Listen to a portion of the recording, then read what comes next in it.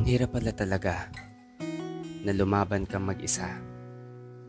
Yung tipong ikaw lang nakakaalam ng mga hirap at problemang pinagdaraanan mo.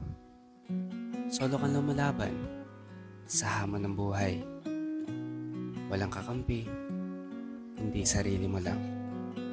Walang mapagsabihan, walang mapagkwentuhanan. Nananatili ka na lang tahimik at nagpapanggap na masaya sa magulong mundo.